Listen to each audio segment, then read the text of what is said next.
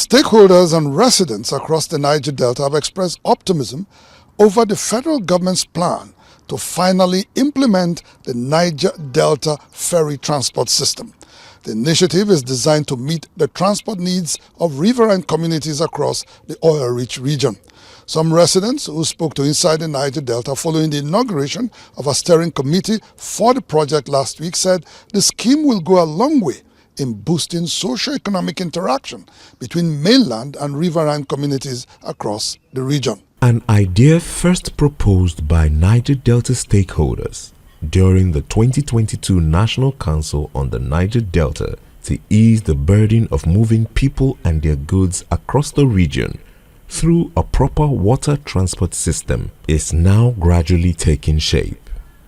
Last week, the Minister for Niger Delta Development, Engineer Abubakar Momo, in the company of the Minister for Finance and Coordinating Minister for Economy, Wale Edun, and representatives of the Infrastructure Concession Regulatory Commission, ICRC, inaugurated a steering committee to drive the implementation of the Niger Delta ferry system. Just fly over the area and you see cluster of communities scattered with a number of water and the rest of it. You begin to ask yourself, how do these people connect themselves? It's a lot of problems. With the construction of the coastal road from Lagos to Calabar, once this transport service is also opened up, it means that the people in the riverine area would have been fully interconnected. Reacting to the development, elder statesman Chief Jasper Jumbo from Rivers State and Chief Julius Baboga from Delta State described the initiative as a welcome development. Very wonderful idea, because it will help to boost our people, getting involved in what is going on. It's just like the Lagos Calabar highway.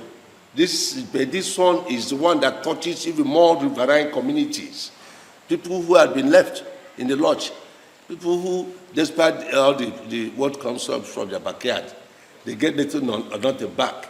The ferry services will boost more economic activities, because the ferry services, the boats will carry more loads than what the vehicles are carrying.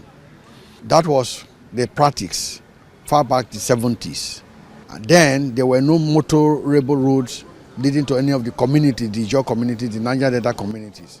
Also commending the federal government for the move, Dr. Ofem Enang from Cross River and Dr. Ejiro Usama from Delta State pointed out that for the initiative to achieve its intended impact, adequate attention must be given to the security of the waterways and the welfare of the poor and vulnerable. So there must be adequate provision for security. It's important, to work that nexus together. So it's not just to provide the ferries, but highly commendable of the government, the federal government. Even in terms of health too, people who live across the Niger are able to access health care if we have very good ferry system. I think there should be some kind of a subsidy that should be introduced into the ferry transportation system to help our local individuals, to be able to cope. At Nembe Waterside in Port Harcourt, one of the major transport terminals serving passengers traveling to riverine communities in Rivers and Bayelsa states, most boat operators and passengers are unaware of the planned Niger Delta ferry system. However, a boat operator who spoke to Inside the Niger Delta said if the government matches its words with action, the ferry system will indeed transform the lives of many across the region, including his. It's welcome. I think that will even give us a job opportunity, because some of us we are used to the system of operation of the flying boat. Even if it is covered one, it will even bring employment opportunity to most of us. Meanwhile, Chief Jasper Jumbo and Dr. Ofem Enang appealed to the federal government to expedite actions in actualizing the Niger Delta ferry system and also rehabilitate dilapidated roads to complement the initiative. My request for them is a very simple one. They should be properly funded. It should be comprehensive, holistic.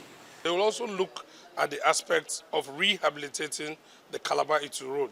It's very, very important. That is an economic, road that links, Cross River State with the rest, of the Niger Delta. Remember to subscribe to our YouTube channel at NDN TV Nigeria. Click on the subscribe button and be the first to get notifications.